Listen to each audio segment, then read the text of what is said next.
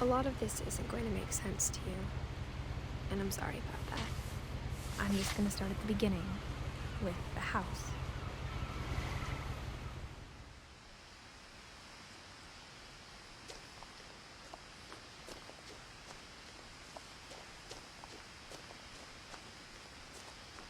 I lived here until I was 11, but I wasn't allowed inside half the rooms.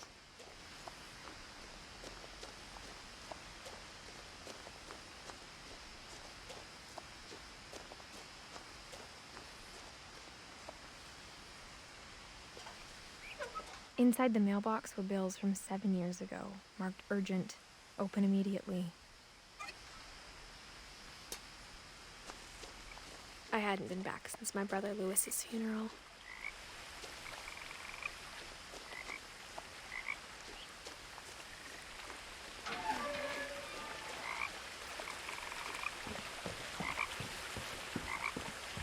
In her will, my mother left me a key, but didn't tell me what it unlocked.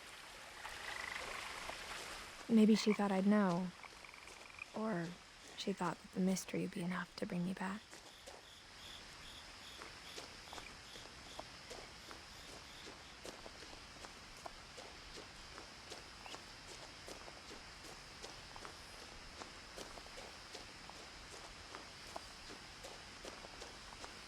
No one had driven this way in a long time, but I saw a few hoof prints.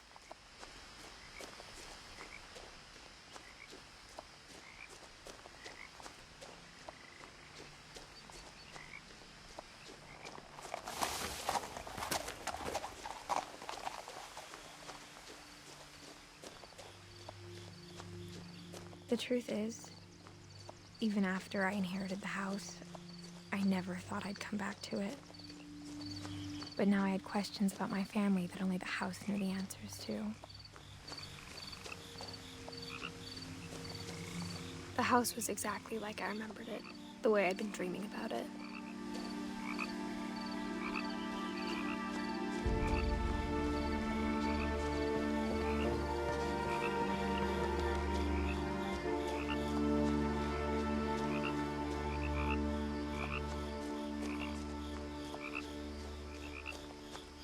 As a child, the house made me uncomfortable in a way I couldn't put into words.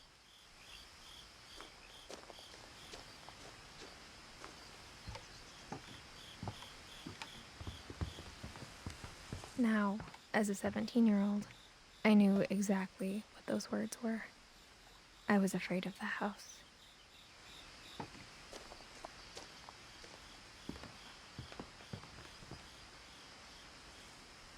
I hoped the key might unlock the front door. It didn't.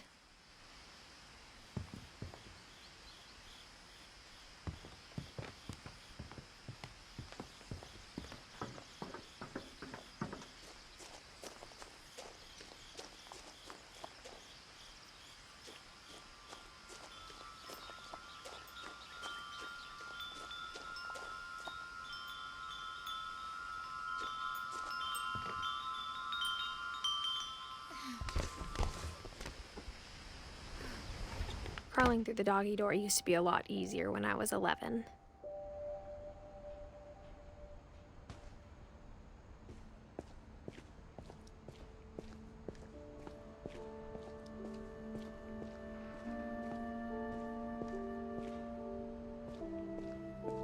For the first time in years,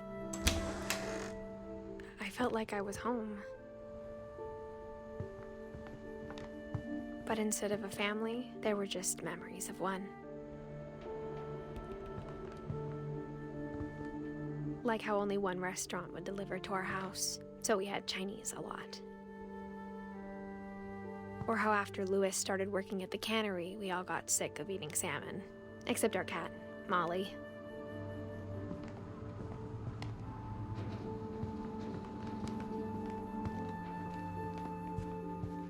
The table was still a wreck from the night we left. It was like a bomb had gone off, killing everyone but sparing the furniture.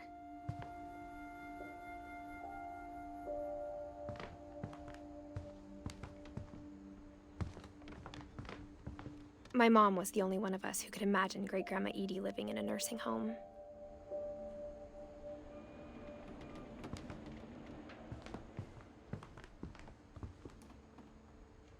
Nothing in the house looked abnormal. There was just too much of it, like a smile with too many teeth. Even the fireplace had a story. Edie told me the bricks came from the original house, after it sank.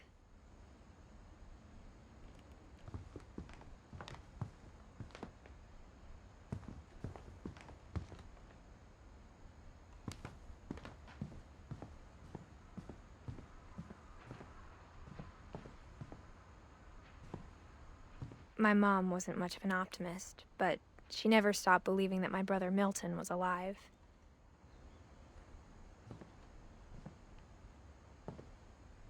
A lot of things got left behind in the whirlwind of that last night.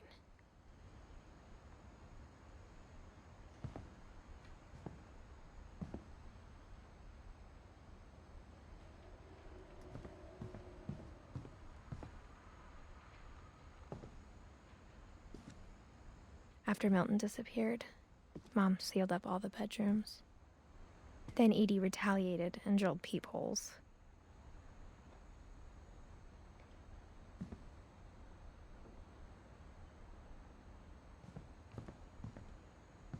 I spent a lot of time playing in Great Uncle Walter's room. I think my mom sometimes regretted not sealing it up.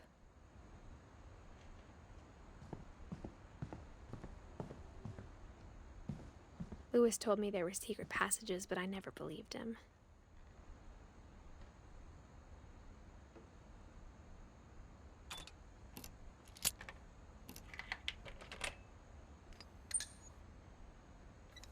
Turns out, my mom was really good at keeping secrets. Now it was time to find out what my mom had been afraid of.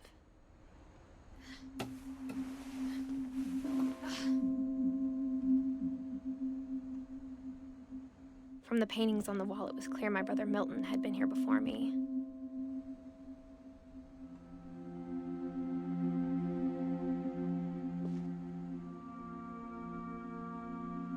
Reading this, maybe it sounds like I had a plan, but I had no idea what was behind that door.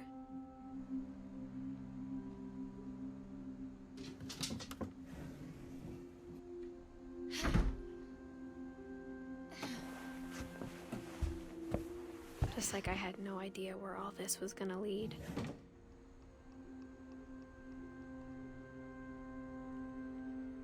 I grew up looking at Molly's room through the peephole.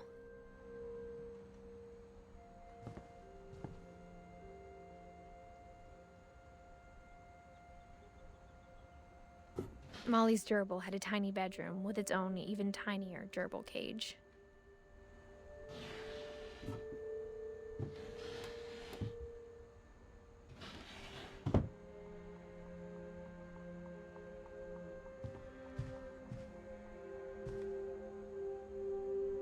Being inside for the first time, I felt like I'd stepped behind a painting.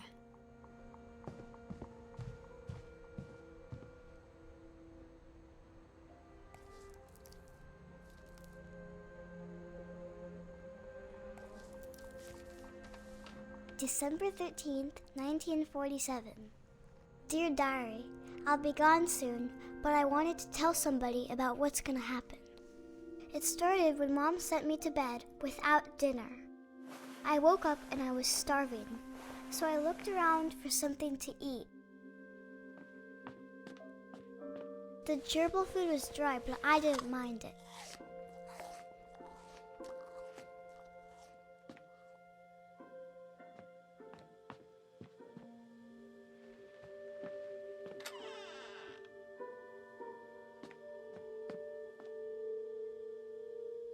I kept eating and eating.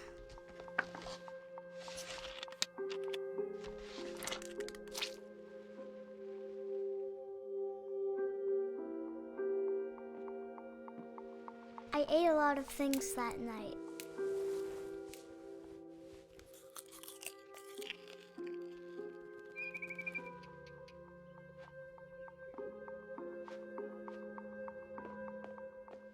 Then I heard chirping outside my window. It was a barn swallow going back to her nest. I reached out for her.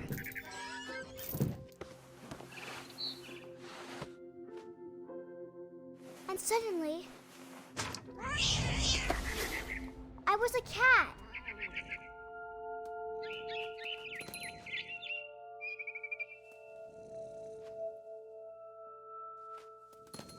I tried to be quiet, but the bird was really scared.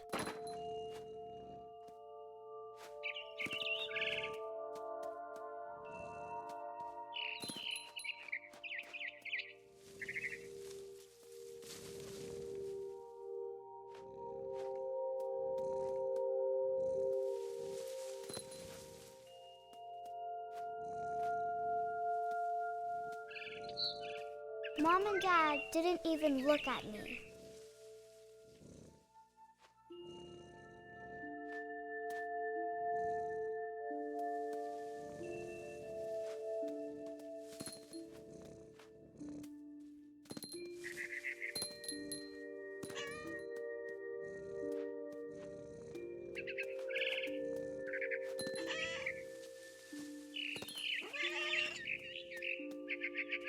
I jumped and I almost got her.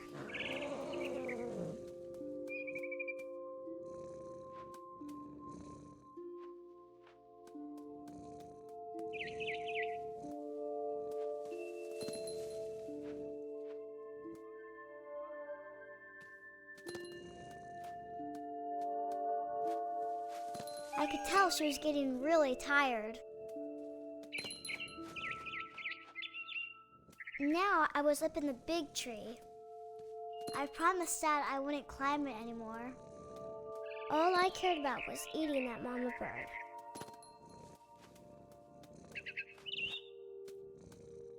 I gobbled her up.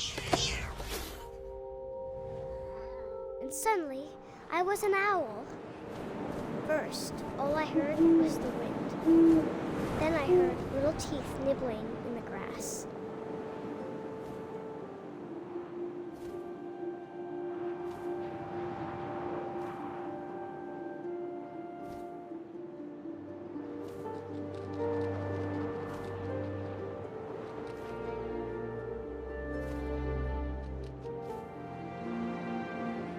Rabbits.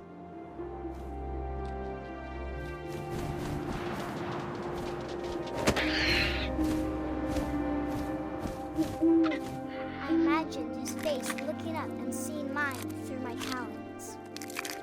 I swallowed him up, and I didn't chew one bit. Then I flew off to find something bigger.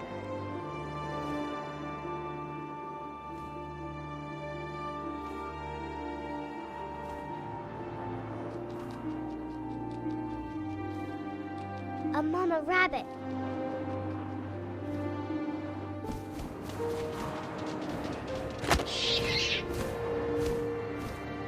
She was almost too big to carry. I started choking, but I couldn't stop eating. And suddenly, I was a shark.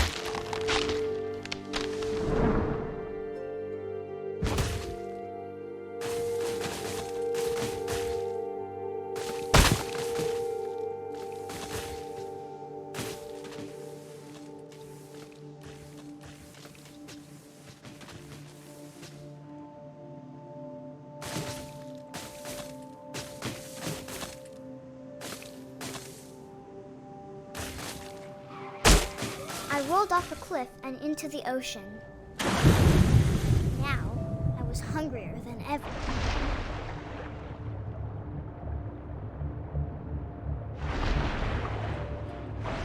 I wanted fat, juicy seals.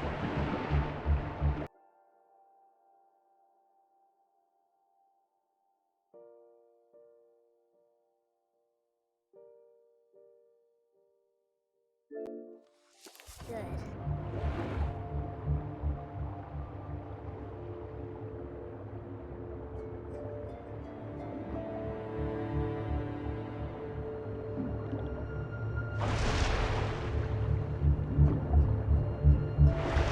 Grabbed on tight. When I was so hungry, I jumped out of the water. When I opened my eyes, everything had changed.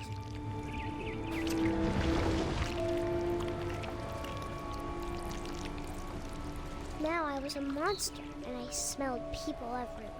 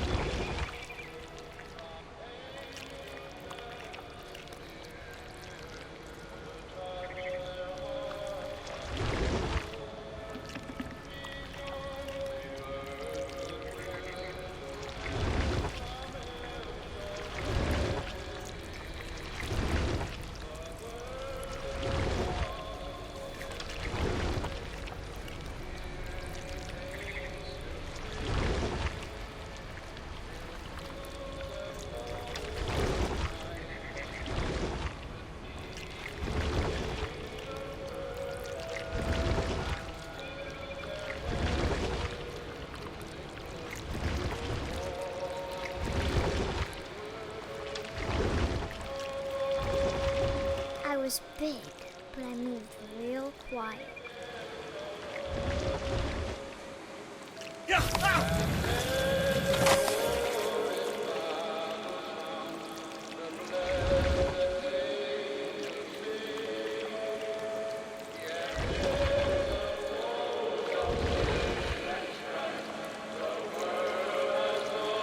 I wanted to stop, but also I didn't.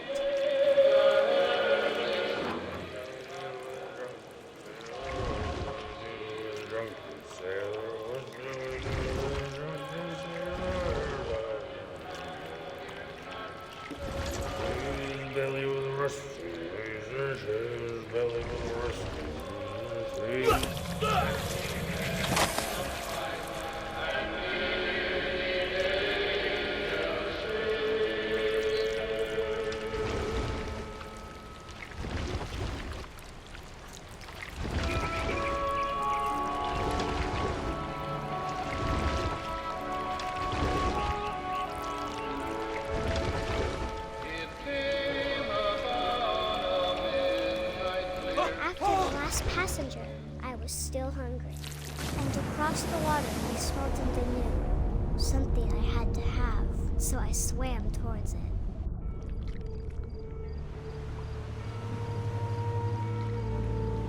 I slithered onto the sand, and the good smell went into an old pipe.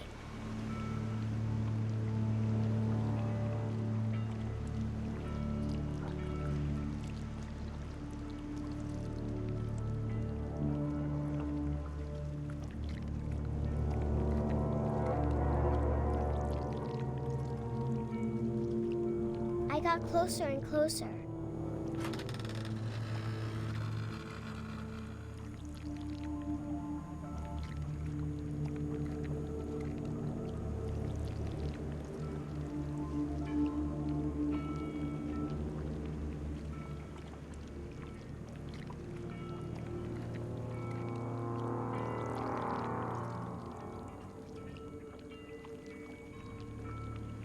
All of my stomach started growling. And suddenly, I was me again. I held my breath for a long time, but I couldn't hear anything. I think it's waiting for me to fall asleep. But it's not going to wait much longer. It needs to feed, and we both know I will be delicious.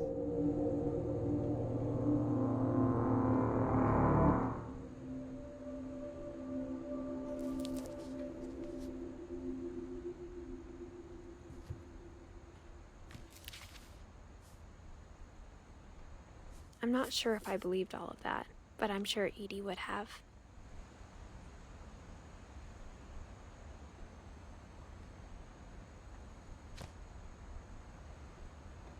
I got the sense Edie had spent a lot of time here, before my mom sealed the doors.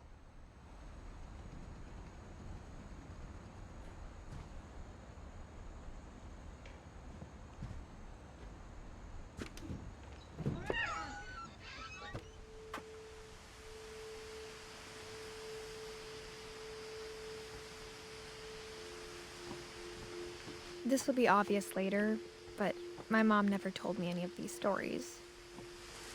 Edie would have, but Mom didn't like bringing up the past. Though, when we adopted a stray kitten, she was the one who named it Molly. I spent a lot of time in Great-Grandma Edie's room.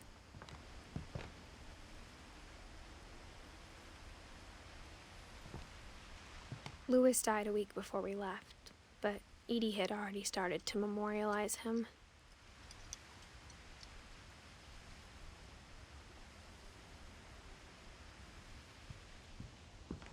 Her room was like a museum. For 500 years, the Finches have been famous throughout Norway for their fortune and misfortune. Odin Finch buries the latest victims of the family curse, his wife Ingeborg and their newborn son. On January 7th, 1937, he set sail with his family and his house, hoping to leave. But 40-foot waves off the coast of Washington send the house and Odin to the bottom of the sea. Odin's daughter Edie, with husband Sven and baby Molly, step ashore on their new home, Orcas Island. Odin Finch is the first to be buried in the new family cemetery. His daughter Edie is already dreaming of a new Finch house.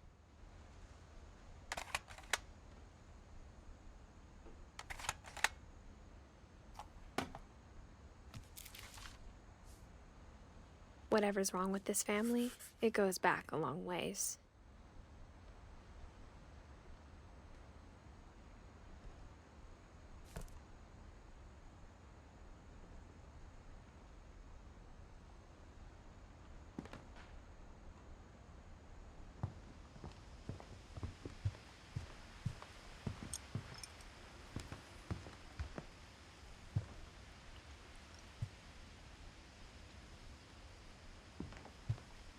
When Edie told people Sven was killed by a dragon, she could also have said he was building a dragon-shaped slide that collapsed.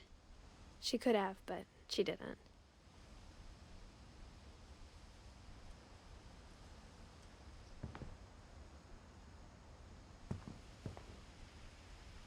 One summer, they evacuated the island, but Edie refused to go.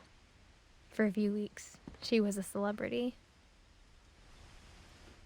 I hadn't thought of myself as Edith Jr. for a long, long time.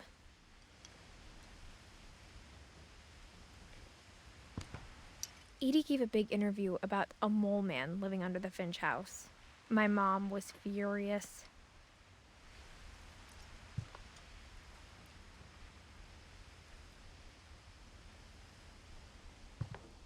Even in her 90s, sometimes Edie seemed a lot younger than my mother.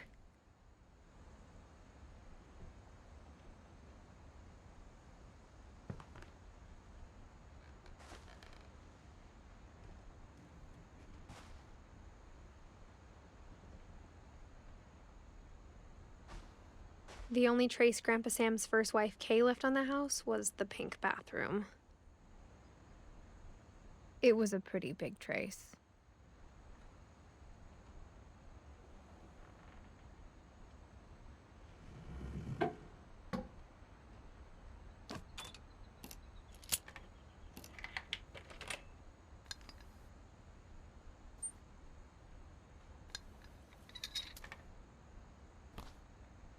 There's a secret in this bathroom. It's in the last place you would look. It isn't in the cupboard. It's hidden in this book.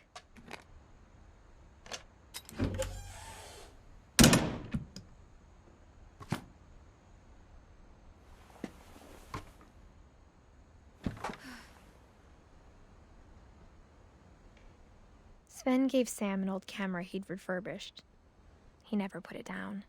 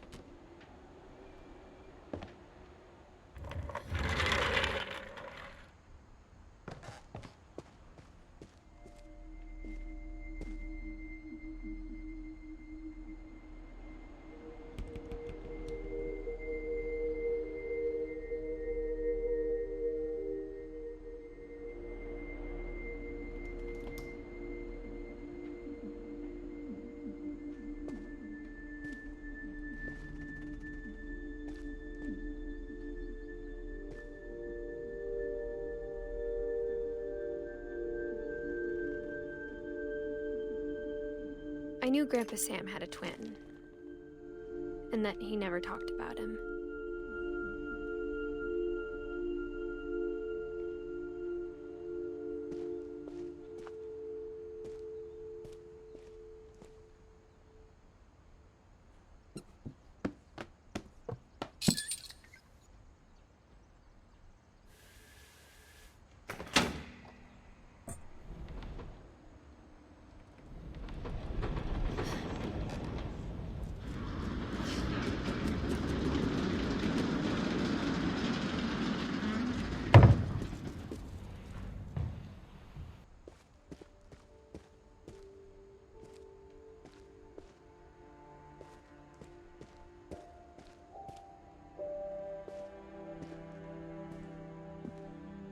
I guess my grandpa didn't like history any more than my mom did.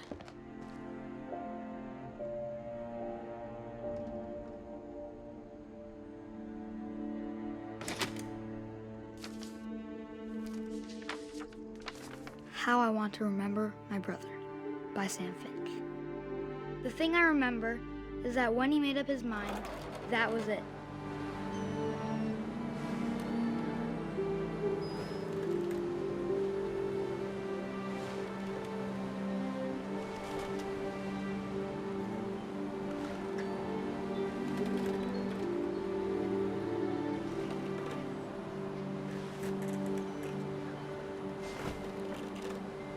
My brother said he'd die before he ate another mushroom, and he did. At Barbara's funeral, we swore we'd never be afraid again, and he wasn't. I think Calvin always wanted to fly. Sam, Calvin, dinner's ready. Coming. But that day, he finally made up his mind to do it. I told him going around was impossible. Maybe if I hadn't said that.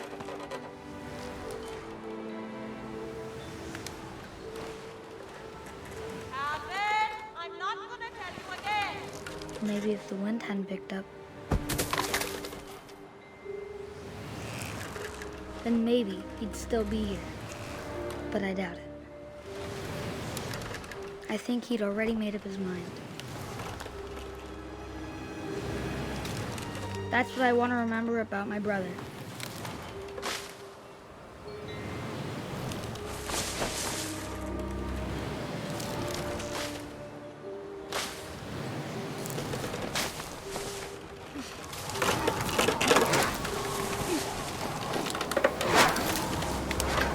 The day he made up his mind to fly, and he did.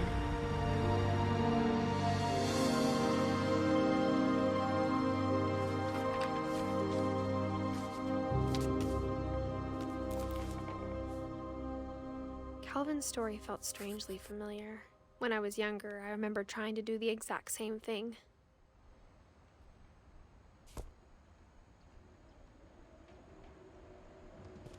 After the funeral, Edie roped off Calvin's half of the room.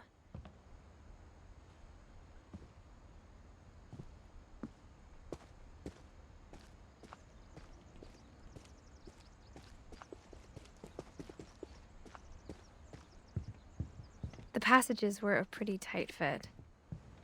They'd obviously been built for smaller hands and bellies.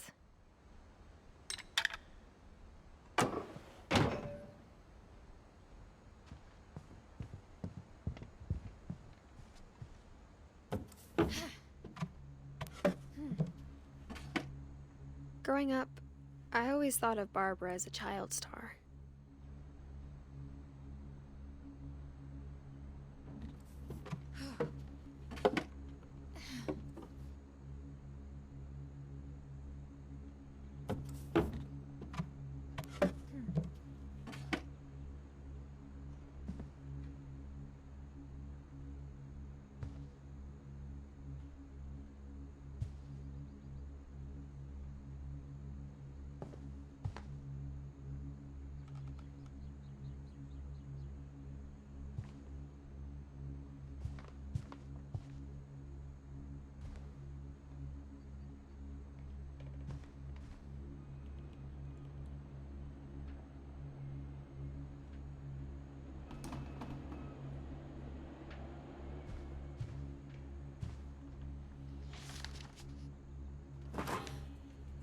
Of all the stories people wrote about Barbara's death, I'm surprised Edie saved this one.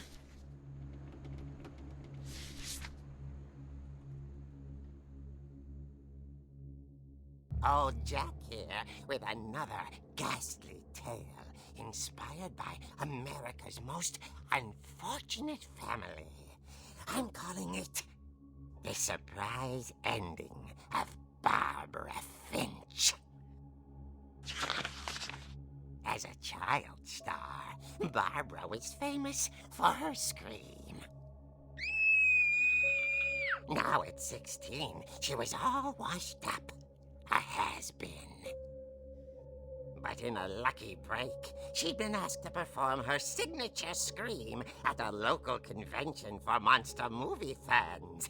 It was just the boost her career needed. Unfortunately, her scream hadn't aged well. Getting better. I think you just need the right motivation. Her biggest fan and current boyfriend, Rick, was about to demonstrate when... Now that was a great scream. It was Barbara's father, Sven. He'd slipped into a table saw and had to be rushed to the emergency room. So Barbara got stuck babysitting her youngest brother, Walter. Her convention comeback was cancelled.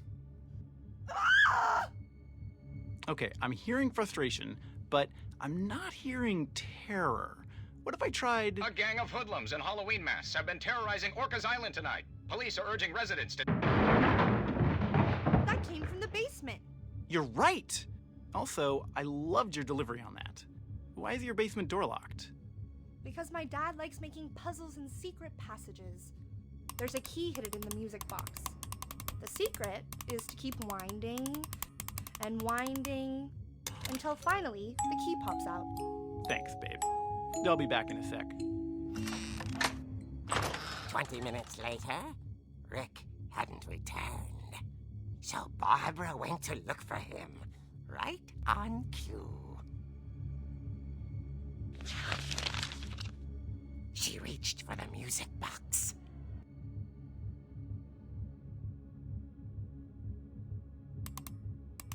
And as she wound the key, she listened for Rick, but the house was silent.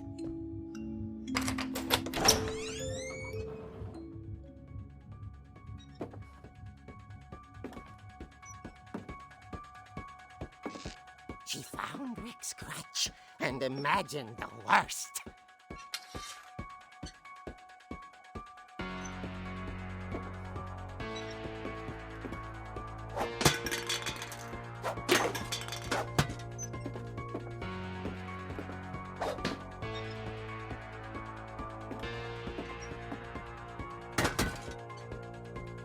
The gang's leader is the infamous Hookman killer, Dr. Carl Hamill, who impaled and then ate his family 10 years ago tonight.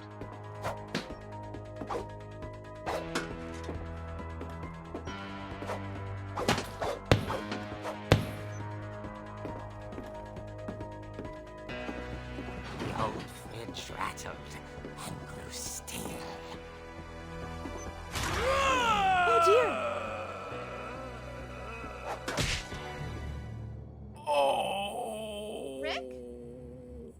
Barb, relax. I was just trying to scare you to help you find your scream. Well, I'm not scared, Rick.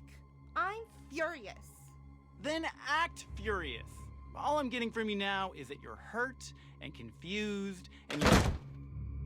She threw him out, but she kept a little something to remember him by. Barb, have you seen my other crutch? And she was still holding it when she fell asleep watching the late picture show. Hours later... Barbara! Walter, what's going on up there? Ah! Okay, I'm coming up, but if this is a trick, you're dead, Walter.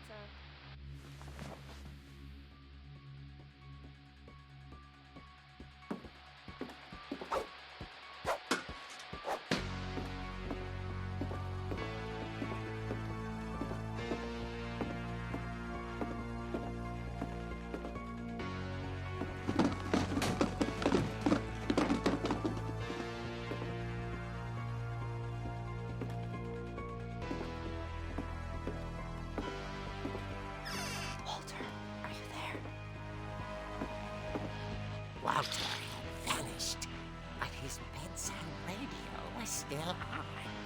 Orcas Island police describe the man as 6 feet tall, with a steel hook for a hand. Residents are urged to lock all doors and windows and notify the police of any suspicious activity. Barbara turned, saw the hookman, and was speechless. He was quite smashing. When the irony was, he couldn't get enough of Barbara. Okay, Barbara, there's gotta be another way out of here.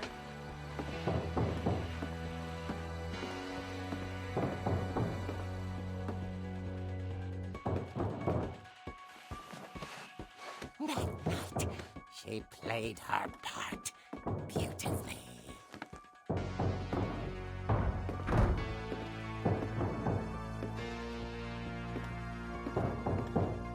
Molly's door hadn't been opened in years. The hinges groaned.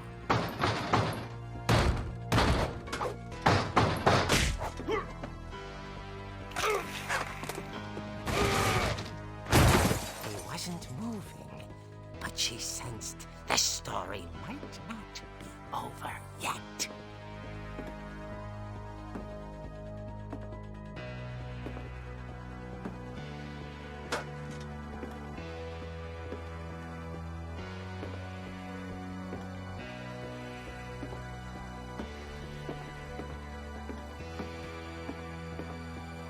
The hookman had vanished. She listened for his breathing, but all she heard was...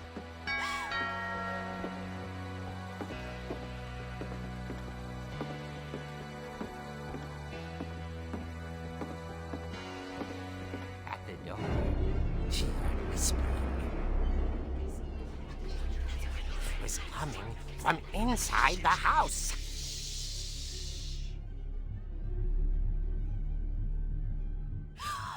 Oh dear. The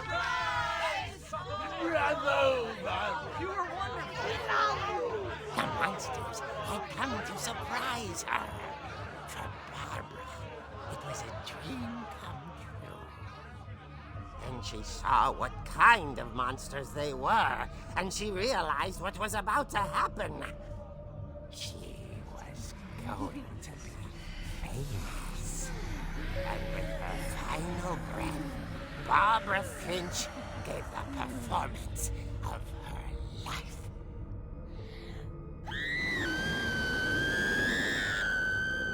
I wasn't there myself, but I hear Barbara was magnificent. Poor girl. She had a taste for stardom. But unfortunately, so did her fans. Of course, the police blamed it all on poor Rick, who disappeared the same night. And little Walter? Hiding under his bed the whole time. He took it all pretty hard, but that's another story. As for Barbara, tucked inside the music box is all they ever found of her. Her ear. Now that's what I call a real eerie tale.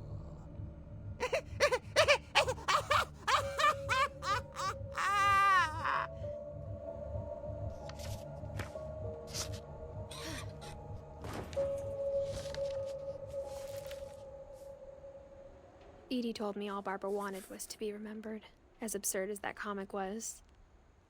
Maybe what Edie saw was a happy ending.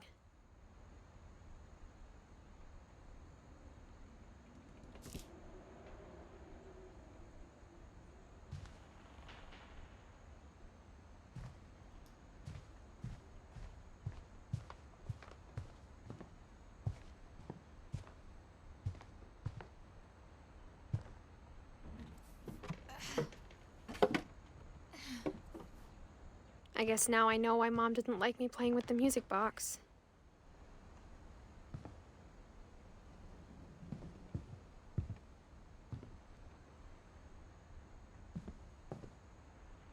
Whenever people ask me about my family, the first thing they always want to know about is Barbara.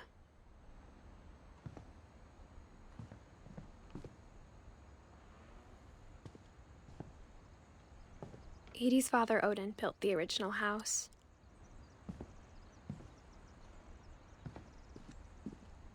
Mom must have locked the third floor stairs on the night we left.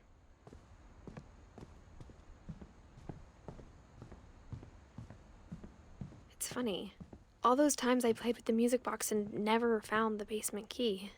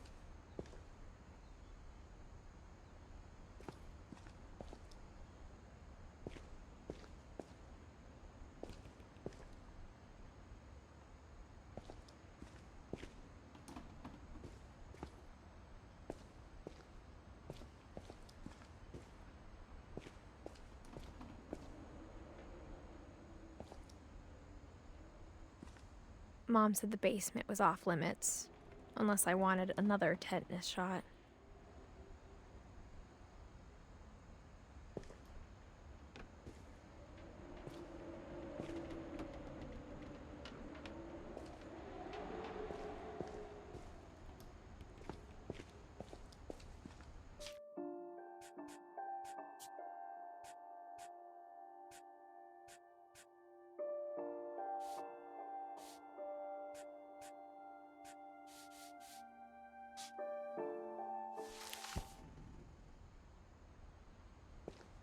I saw Edie sneak down to the basement once, carrying packages.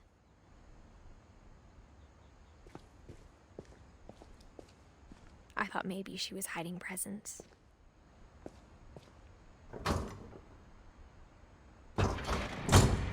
It turned out she was hiding a lot more than that.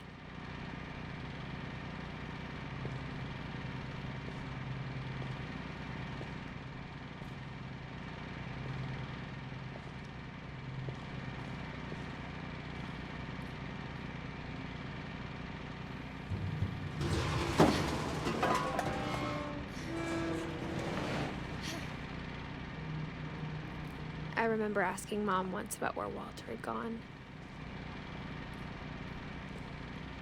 She said after Barbara died, he got as far away as he could.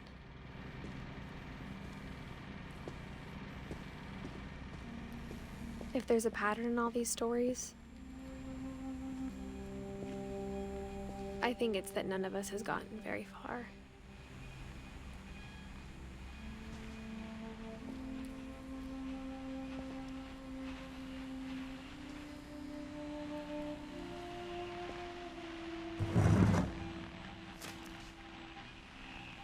Goodbye, everyone. I can't believe I've been down here for 30 years. On that first day, after the shaking started, I didn't think I'd survive a week.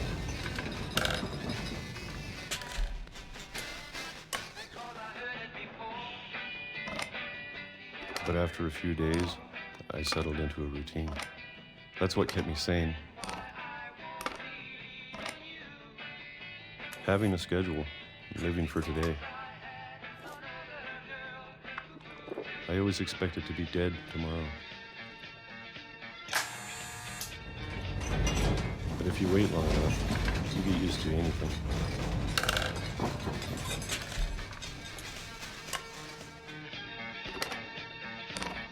Even a monster on the other side of the door starts to feel normal. Almost friendly.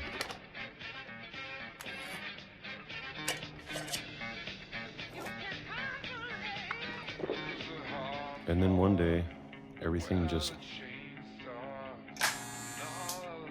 stopped. Whatever that thing was, it was gone. Maybe it got tired of waiting. Or maybe I just got tired of being afraid.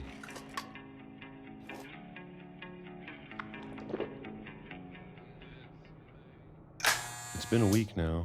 The longest in 30 years. I'm done waiting. I have to leave while I still can.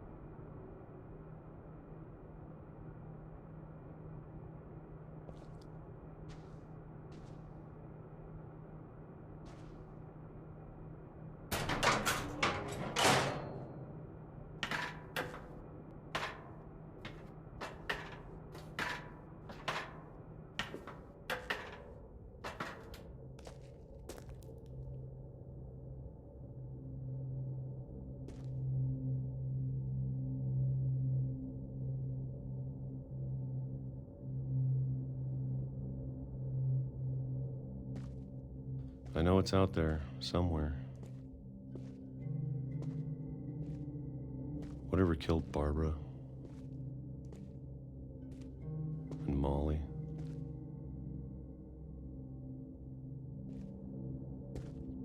and Calvin.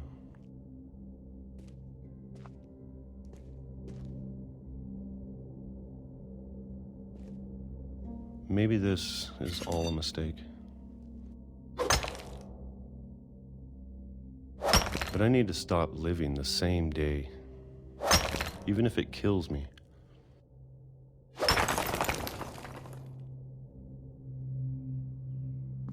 Whatever's out there, I want you to know I'm ready for it.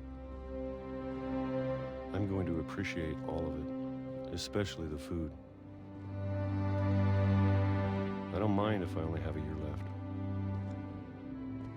or a month, or a single week. I'd be happy with one more day.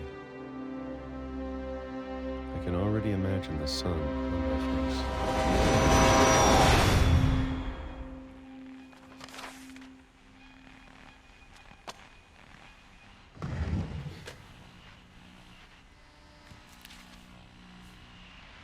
Walter died when I was 6. I can't believe my mom never told me he was down here.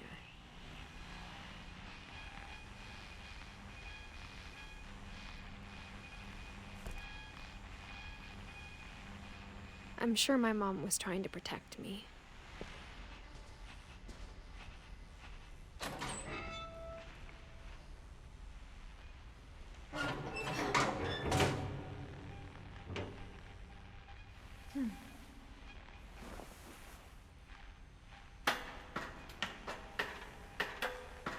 Maybe she was afraid I'd end up like Walter.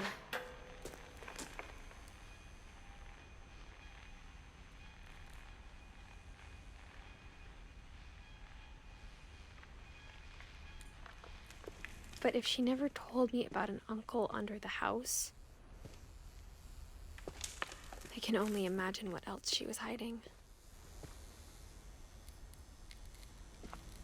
I don't want to make the same mistakes she made.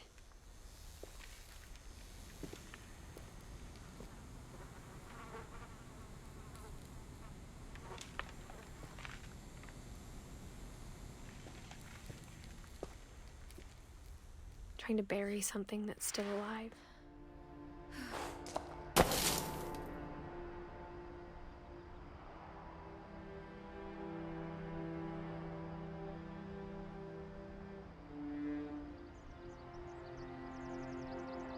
Now that there's only one of us left, or maybe 2,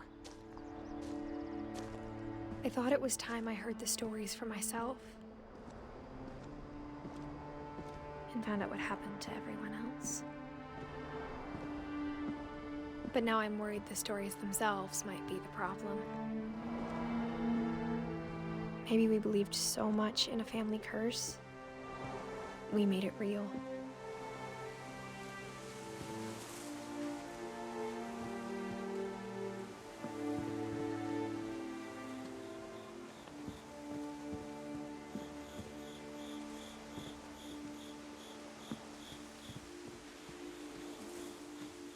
I don't know if I should even be writing this.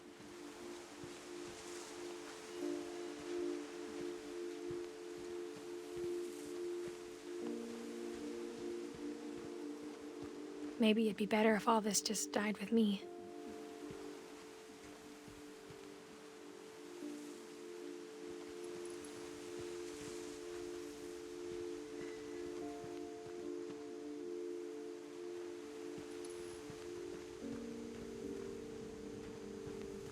But I thought you should know about your family.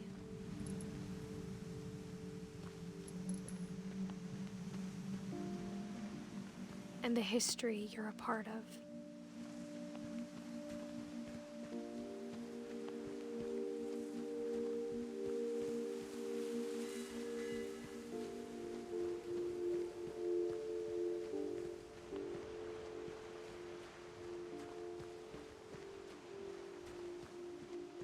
Though to be honest, I feel as lost as you probably do right now.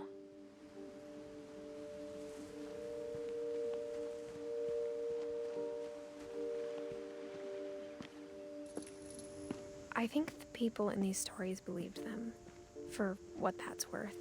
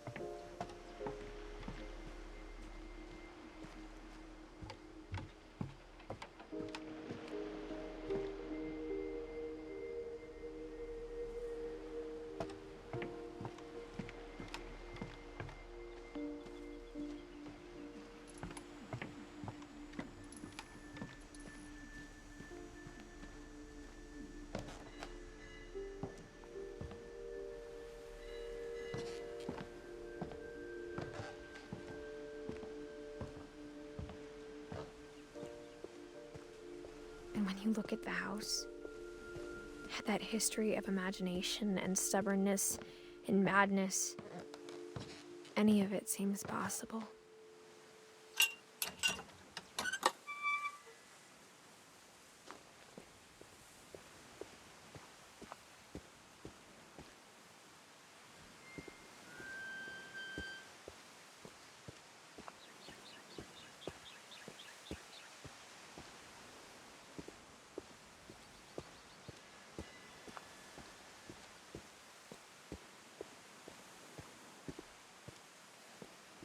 I think we've been surrounded by death for so long, we've just gotten used to it. What kind of family finishes building a cemetery before starting the house?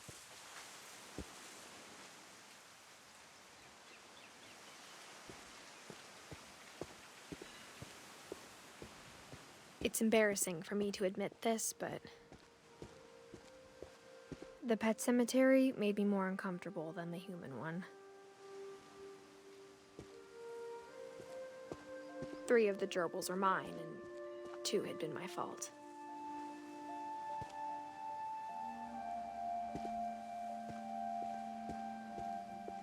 Sven built the house, but it was Edith who designed the cemetery.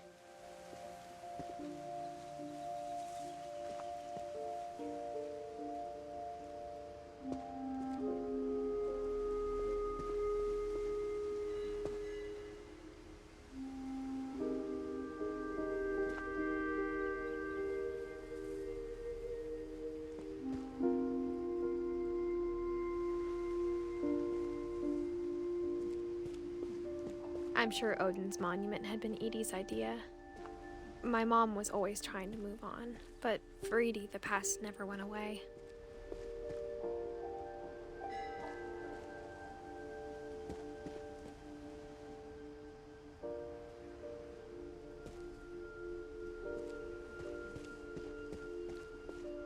She could see it poking out of the water at low tide.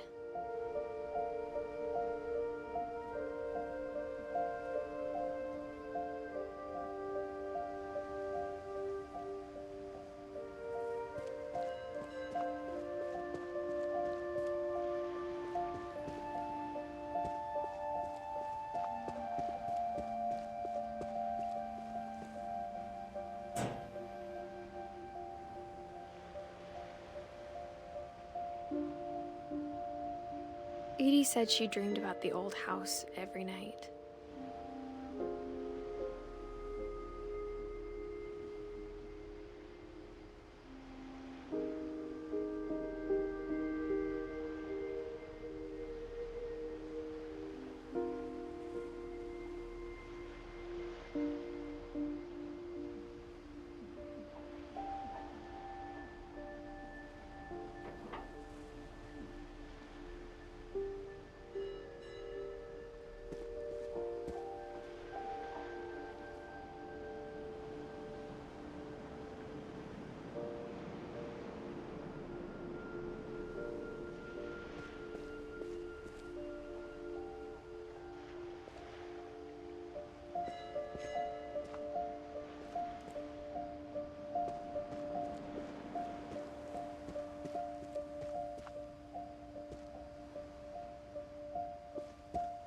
Edie's side was always easier for me to understand.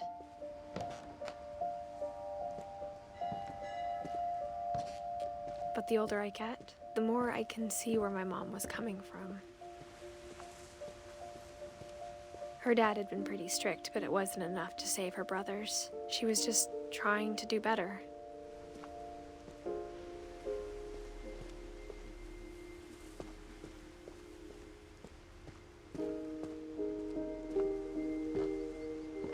She lost 2 of her brothers, just like I did. I get why she tried so hard to protect us. We never found Milton's body, so my mom insisted we were putting up a monument, not a tombstone.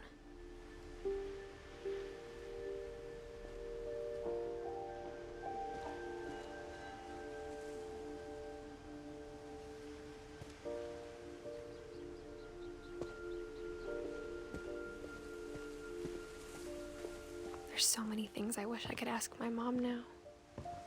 Part of me thinks this is what she wanted all along. For me to come back someday and find everything out for myself.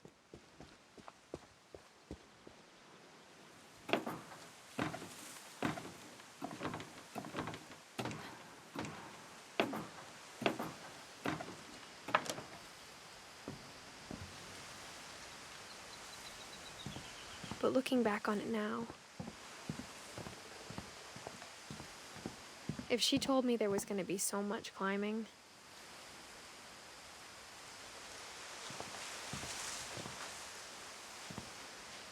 I never would have come when I was 22 weeks pregnant.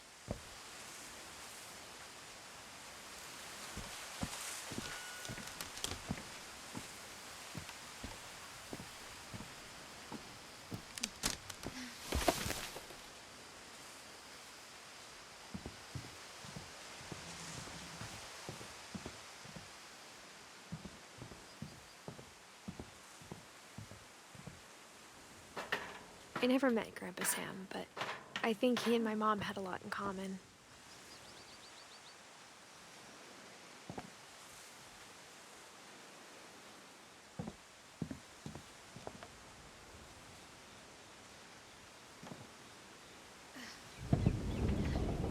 They were both pretty intense.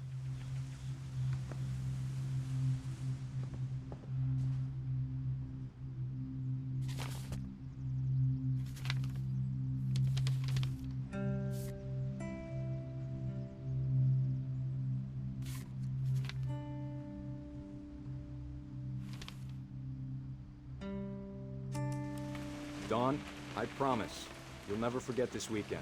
Yes, sir. These memories are gonna last a lifetime. Am I gonna have to shoot anything? It's a hunting trip, Dawn. Shooting is strongly encouraged. What? Perfect.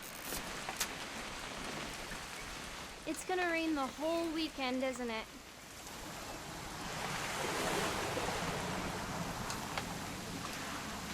Please just take the damn picture.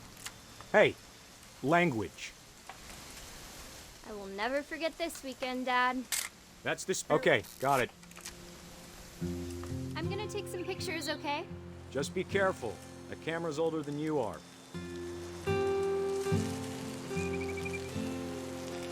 Definitely should not have drunk all that coffee. Hey! That's a keeper. I'm just saying, I'm not always gonna be here, Dawn. You'll need to remember this stuff, if you want to survive. I'll be fine, Dad. You know who else thought he was gonna be fine? Some guy who died. Dawn, I'm being serious. I know, Dad. You're always serious. Doesn't being out here make you want to chill out? Well, to tell you the truth, I haven't been out here in 20 years.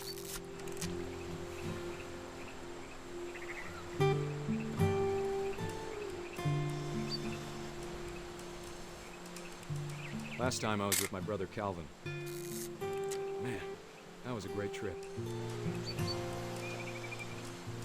Your grandpa Sven taught us how to fish, how to build a fire. We found an old logging trail. There were deer everywhere.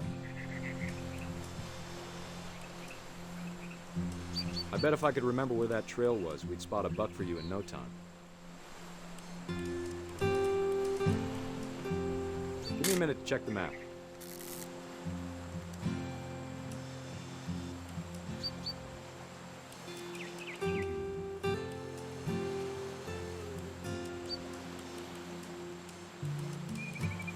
Dad! Good eyes, Dawn. Before you take the shot, let me get a picture of you.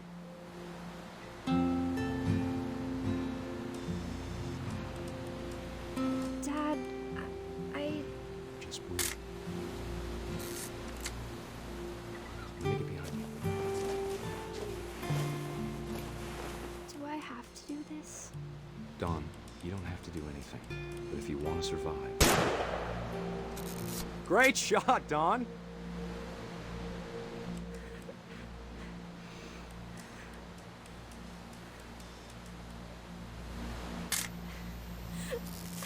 proud of you, Dawn. Always remember that, okay?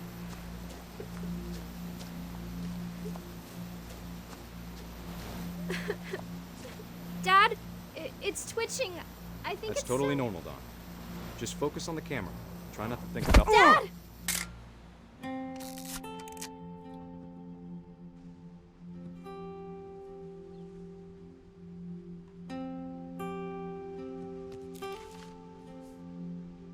Of all these stories, that's the one I wish most that my mom had told me.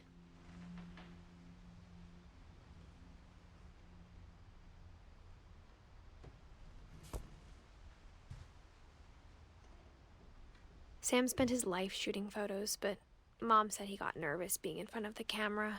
I guess we're all afraid of something.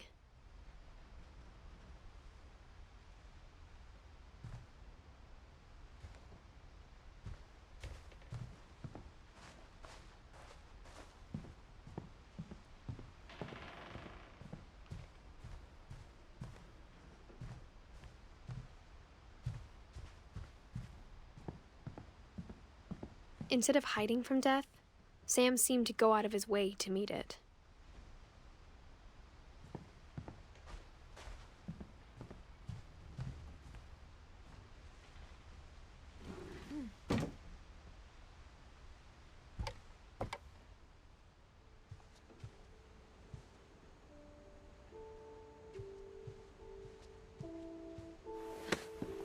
After Sam died, my mom and Edie got really close. They'd both lost a lot.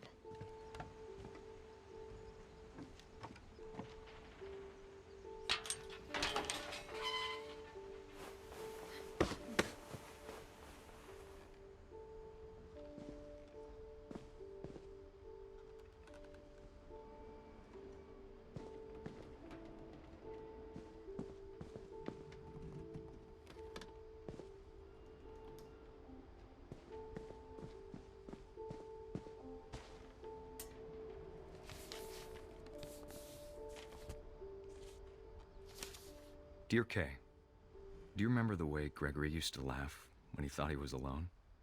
Like something funny was happening, but only he could see it. I think he saw things the rest of us don't.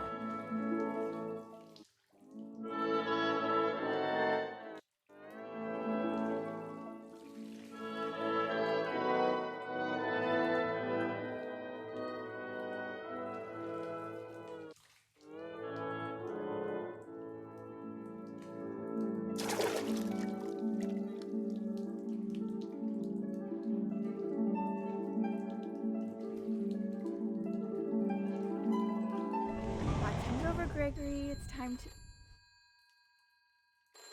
Hold on, sweetie. Hello? Sam, I told you I don't want to talk right now. I wonder what he saw. What his world was like.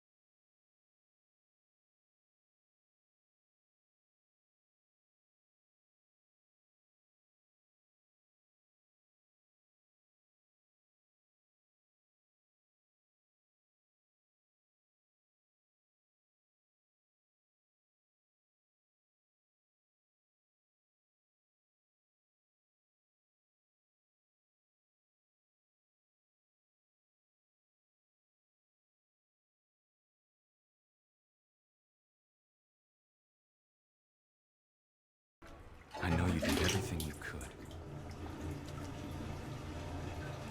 Maybe if I hadn't called that night. Damn it. Hold on, I don't want Gregory to hear this.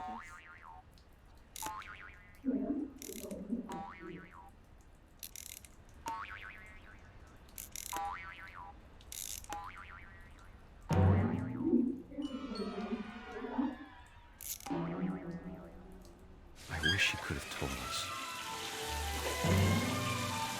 about the world he saw.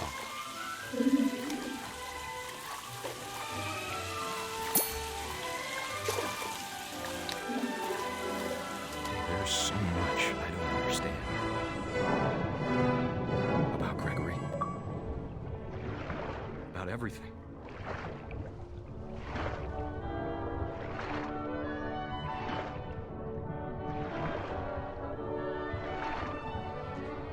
But I know what happened wasn't your fault.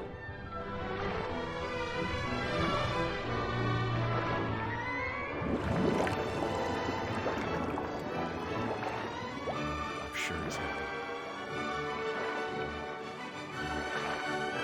And he'd want you to be happy too. Good luck, Kay. Love, Sam.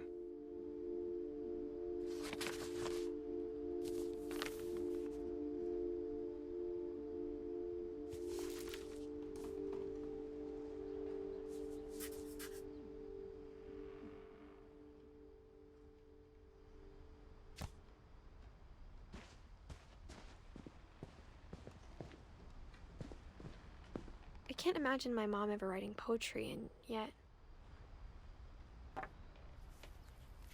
A poem for Gus, who always said the wedding was a bad idea. Our father never hit us kids, at least not very hard, before the day my brother said with teenage disregard that he'd be dead before he'd see a wedding in our yard.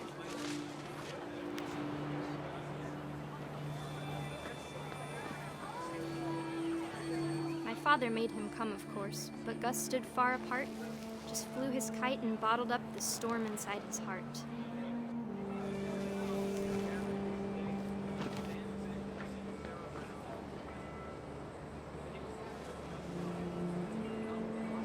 I tried to talk him out of it, but though he'd never met her, we don't need a stepmom, were the words that I now pronounce you husband and wife. You may kiss the bride.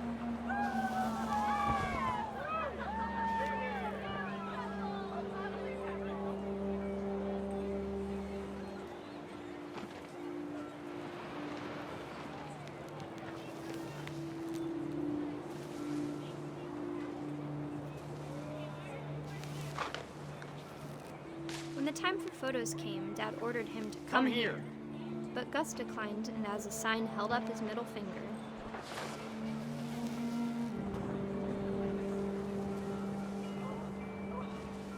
The wind picked up, and panicked geese appeared and quickly went. But all the humans did that day was go inside the tent.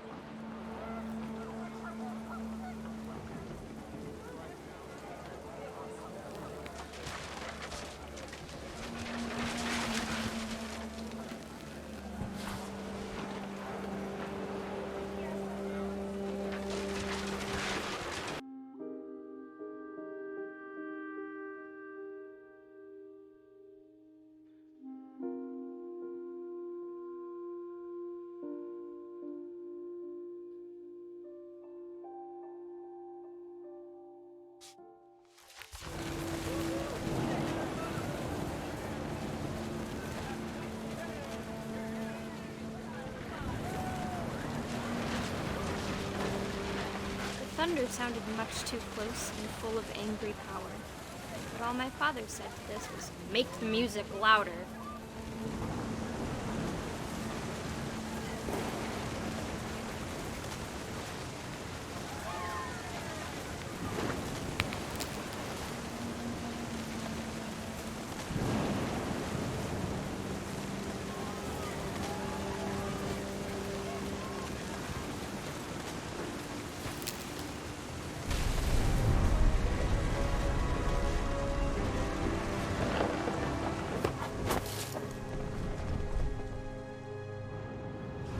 I wish that I could truly say I thought about you on that day. Out there on the beach alone, just you, the wind, the sea, and foam. But I didn't, until we found you.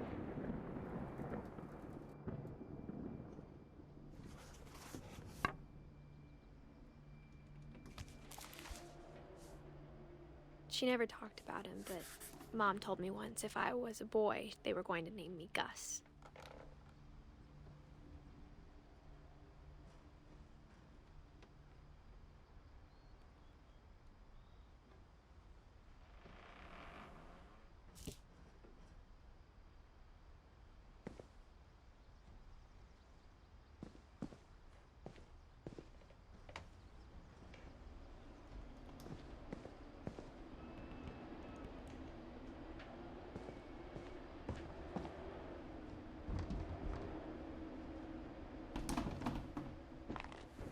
My mom moved up to the loft after her brothers died.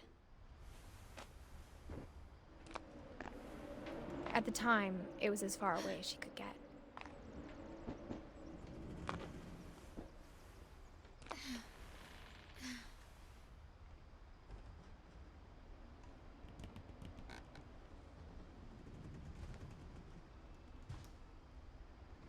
Religion was another thing my mom never talked about, but I think it helped her a lot after her dad died.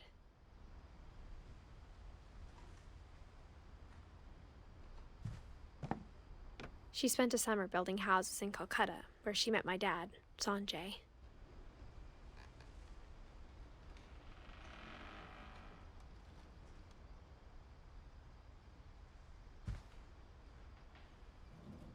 My mom moved to India a week after graduation and got a job teaching English. Louis was born a year later.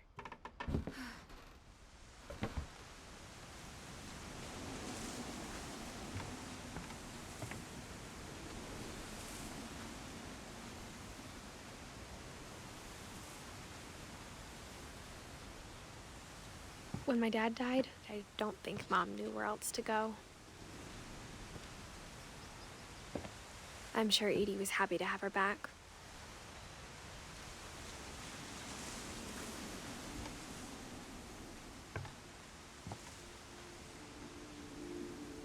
And to see kids in the house again.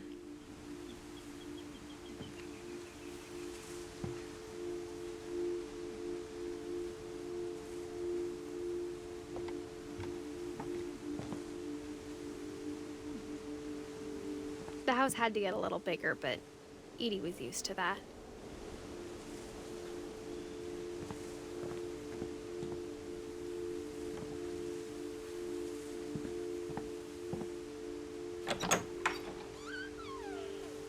And for a while, things were good, almost normal.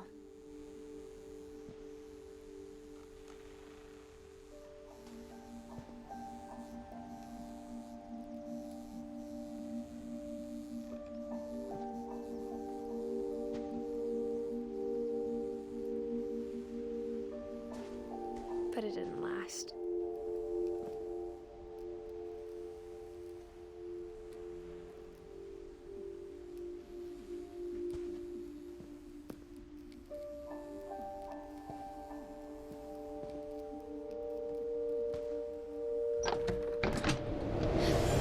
The beginning of the end was Milton's 10th birthday, when Edie gave him a castle.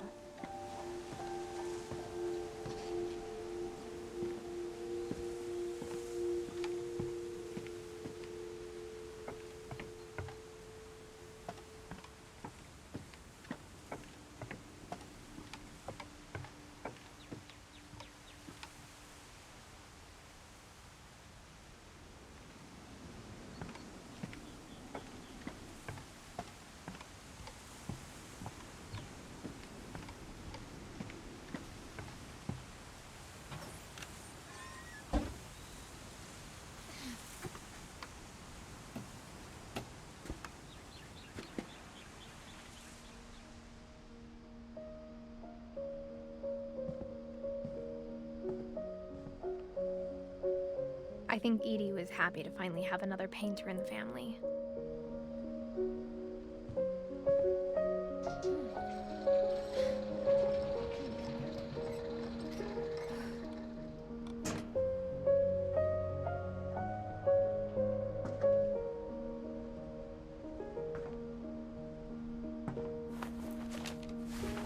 Milton Finch in The Magic Paintbrush.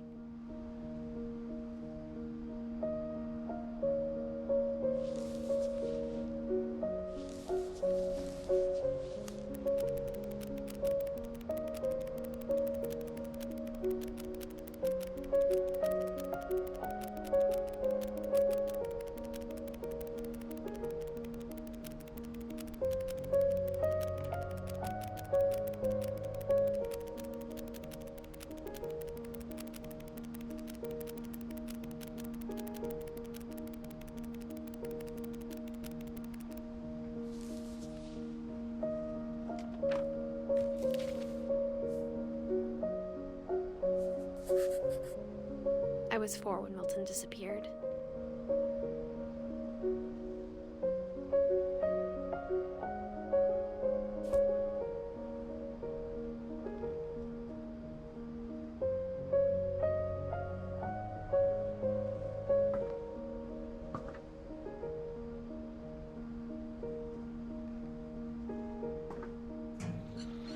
Mom spent months searching for my brother.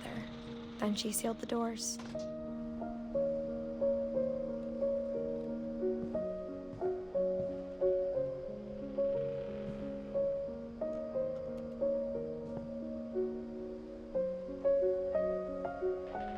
Whatever Milton had found in the house, Mom didn't want it getting out.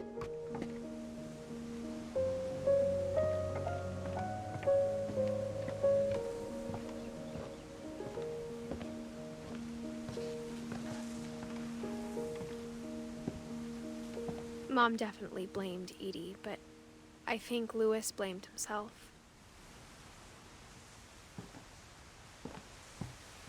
After he graduated, he just spent more and more time in his room, until Mom got him a job at the cannery.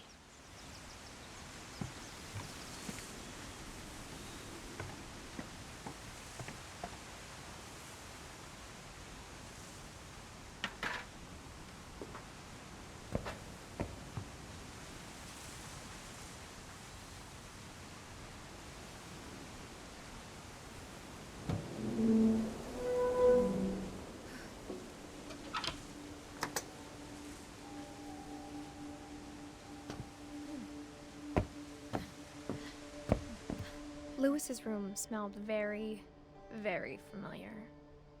That part of him lived on.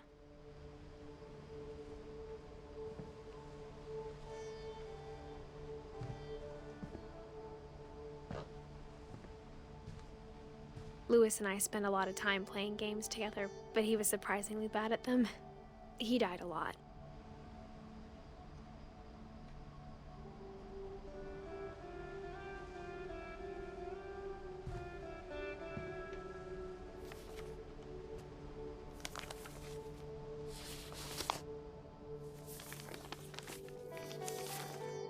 Dear Mrs. Finch, as Louis's psychiatrist, I can understand your desire for an explanation. As I see it, the trouble began in January, shortly after we convinced your son to seek treatment for substance abuse. Newly sober, I believe Louis first noticed the monotony of his daily life.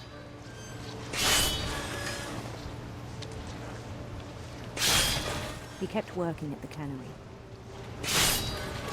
but he withdrew part of himself. In our sessions, I saw the same behavior.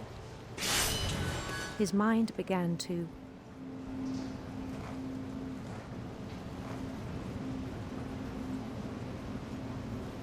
wander.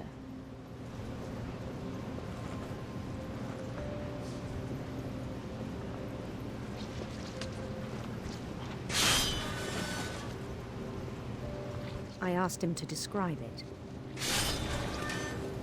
He said he started small, imagining a labyrinth. He'd feel his way about.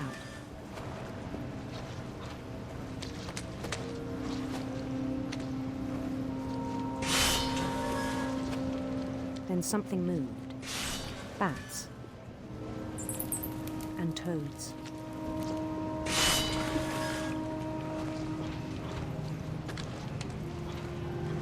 And things that have not names. He knew it was all in his head.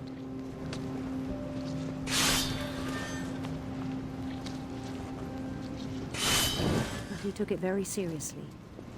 I had hoped he'd find himself.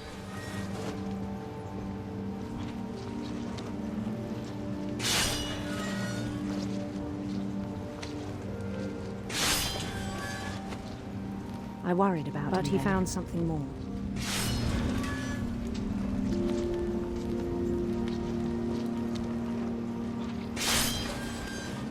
Daydreaming at the cannery.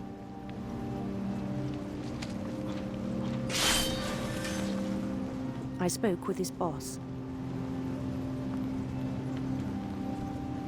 But he said Louis had become a model employee. Methodical, tireless, focused. Like a whole new Lewis. So I let him go on.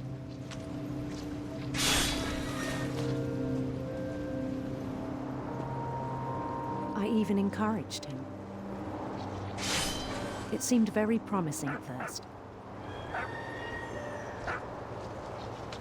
He told me he'd made a new friend.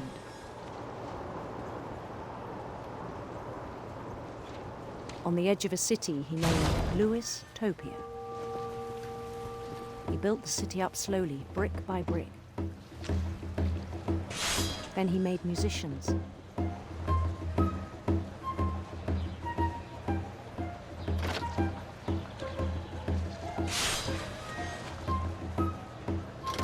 And songs for them to play. He talked about starting a band.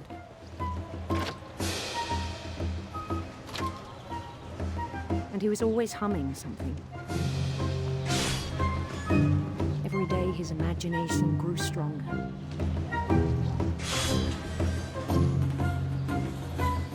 He no longer spoke at the cannery. But his chopping was as reliable as ever.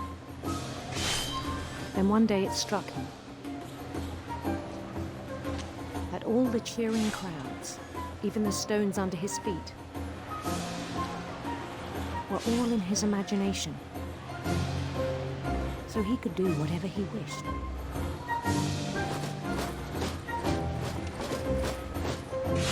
He held an election for mayor. And he won. They begged him to stay, but his mind was already wandering. It became a game for him.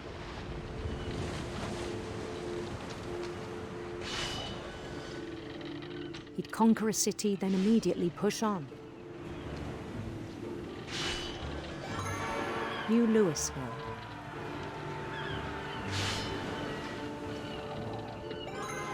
St. Louis.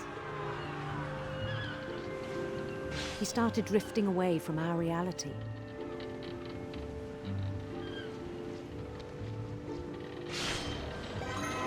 Minneapolis. Until one day he forgot to go home from the cannery. Even as his mother pleaded with him, part of Lewis kept sailing on.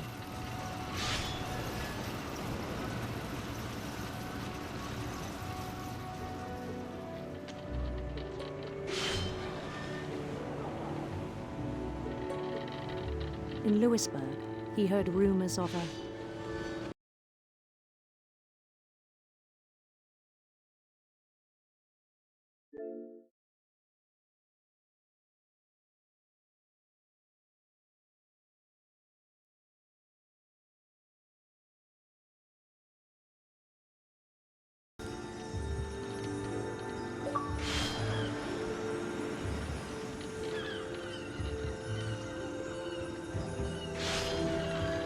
The Queen was on her own quest for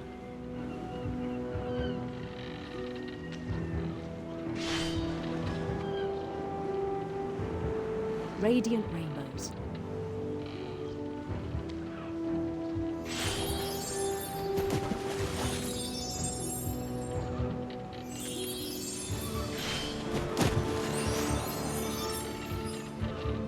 He followed the sound of her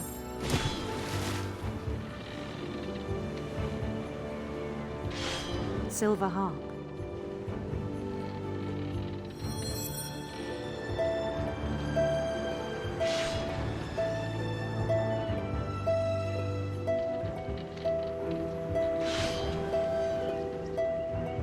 His chase led him to a golden palace east of the sun and west of the moon. Even then, his logic remained sound.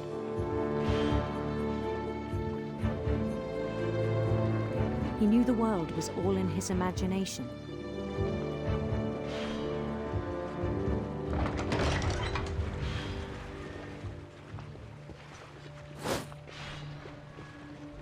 But he was so proud of having created it.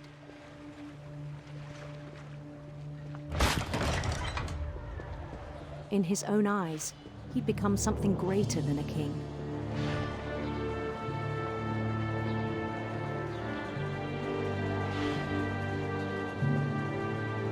For someone who'd never known success in the real world, I think it was overwhelming.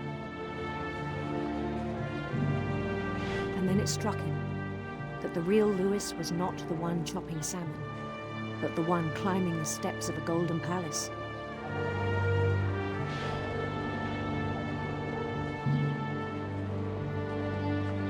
My imagination is as real as my body, he told me. It was hard to argue with him.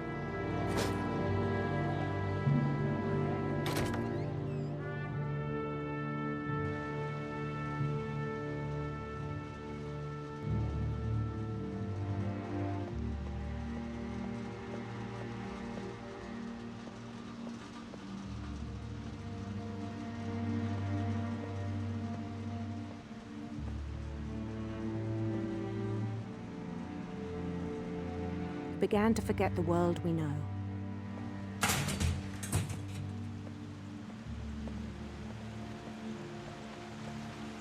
I think it pained him to remember Lewis, the cannery worker.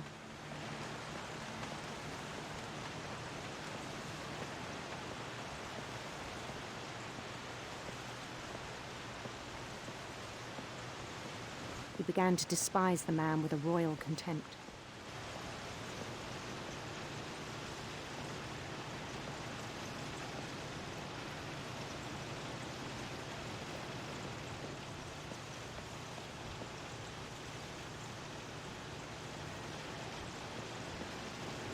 I still thought I could save him. Even after he said he was being crowned king over all the lands of wonder.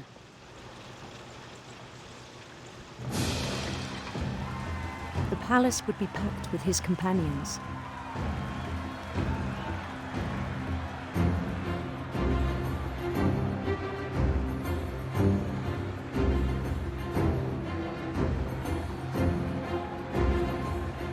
Including the wise Calico who'd insisted on advising him.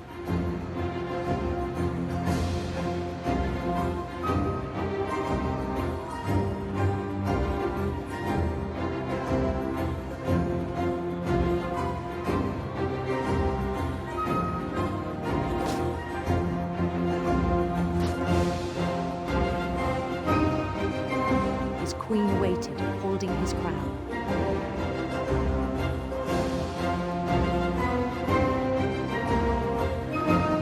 There was only one thing left to do.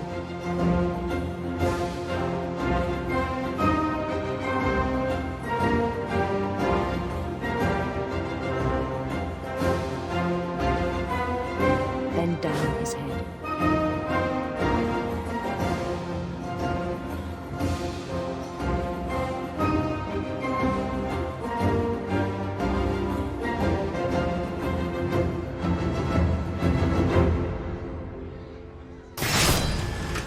I think you know.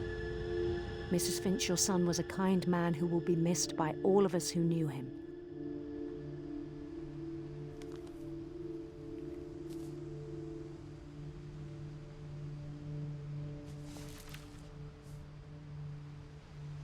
My brother was really cool. I wish you could have met him.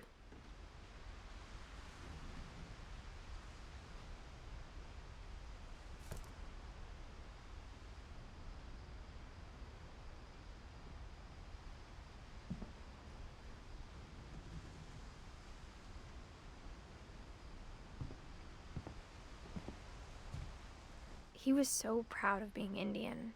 I think for him, it was a way to be something other than just a Finch.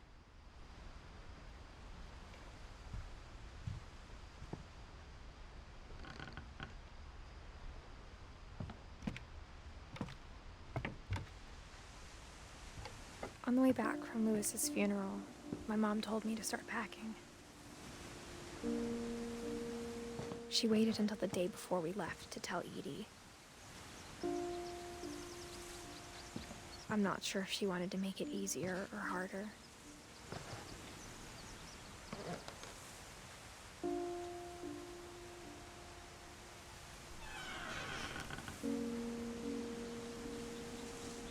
I wish we'd stayed.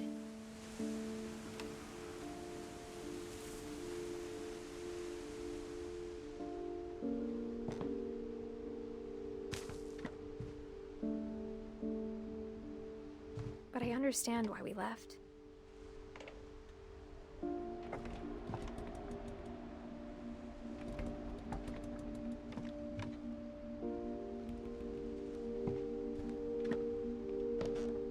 My mom ended up leaving everything behind.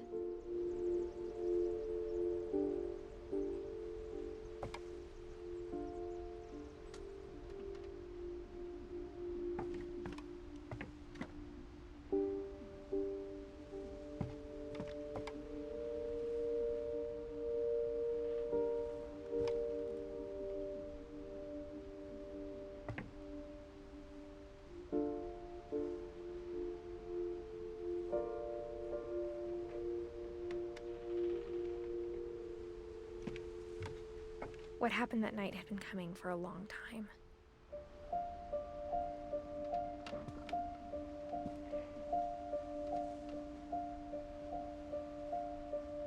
Maybe it should have come sooner.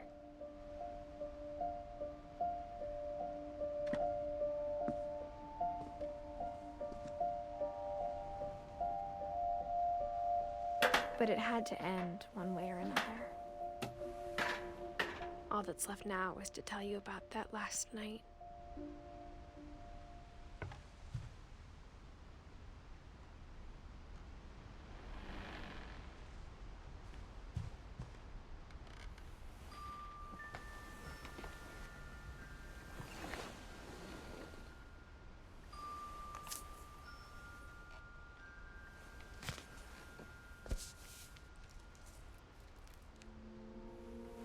That whole last day, Edie just watched us pack and didn't say a word.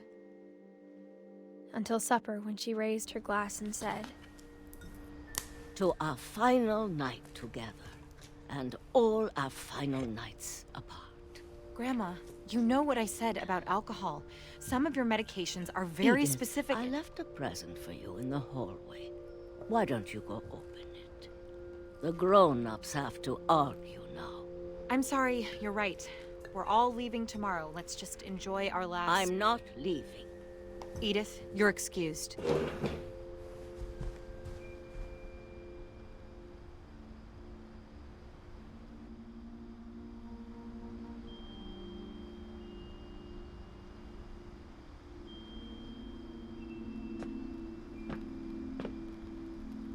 The power had been shut off that morning, but Edie always had plenty of candles.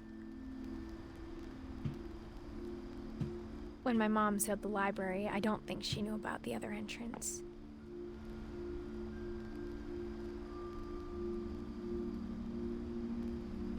Or that Edie had a key to it.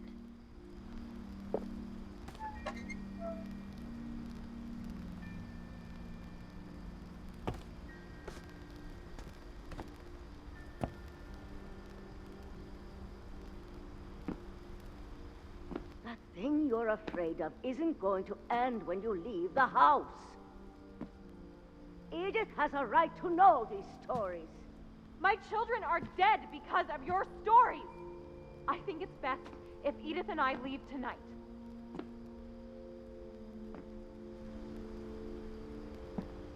We'll have the nursing home send a van for you in the morning, okay?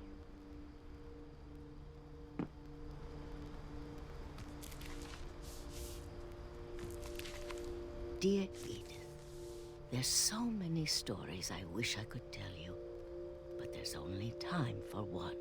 This is about what happened on the night you were born. That night, the tide went way, way out.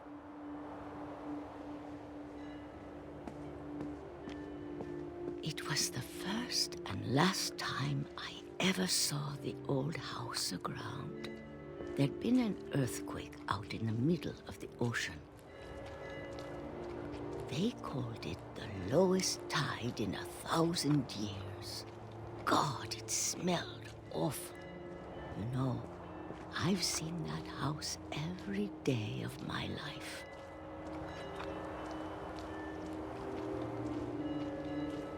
never thought I'd go back to it. When the fog rolled in, I lost my way.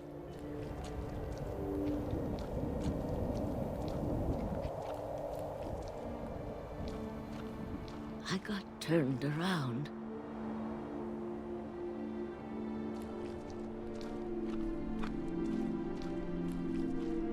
I started seeing things.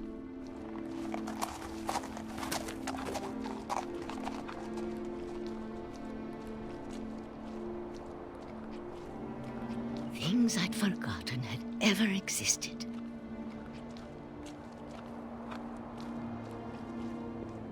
But when I saw them, they felt like old friends. That night, a lot of things came back to me. Or maybe I came back to them.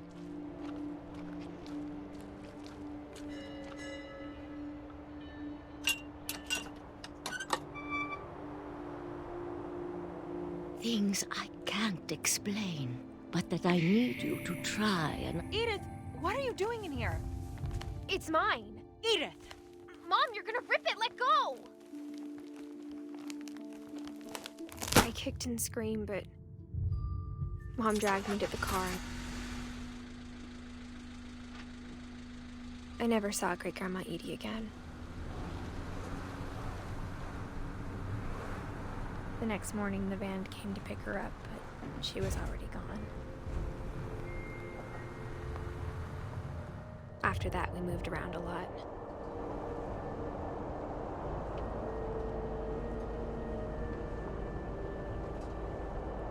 We both tried to make the best of it.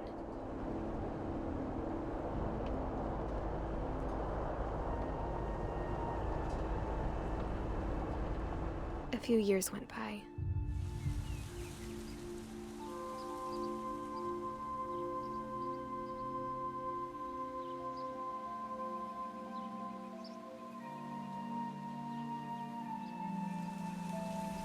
My mom didn't like to talk about it. But she started getting sick a lot. The rest happened pretty quickly.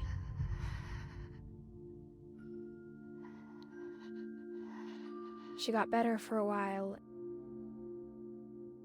and then she didn't. And then I was alone.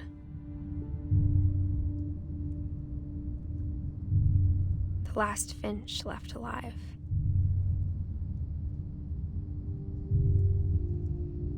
Until I found out about you. I'm still not sure what to tell you about all this. If we lived forever, maybe we'd have time to understand things. But as it is, I think the best we can do is try to open our eyes.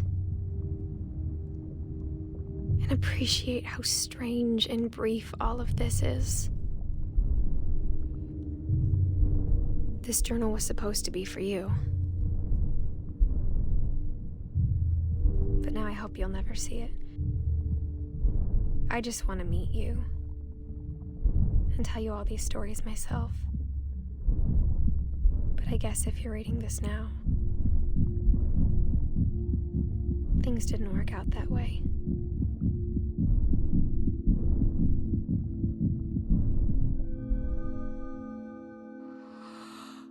This is where your story begins. I'm sorry I won't be there to see it. It's a lot to ask, but I don't want you to be sad that I'm gone. I want you to be amazed that any of us ever had a chance to be here at all. Good luck.